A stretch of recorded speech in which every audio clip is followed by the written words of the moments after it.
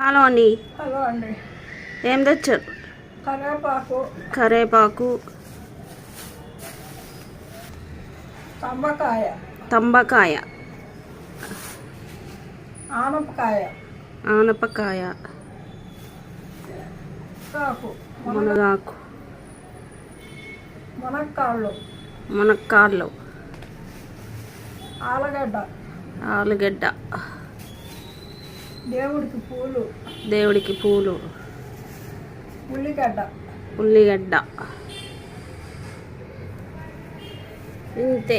ఇవాళ కూరగాయలు ఏం పెద్దగా లేవు. ఈ మధ్య కూరగాయలు ఏం తీసుకురావట్లేదు సరిగా.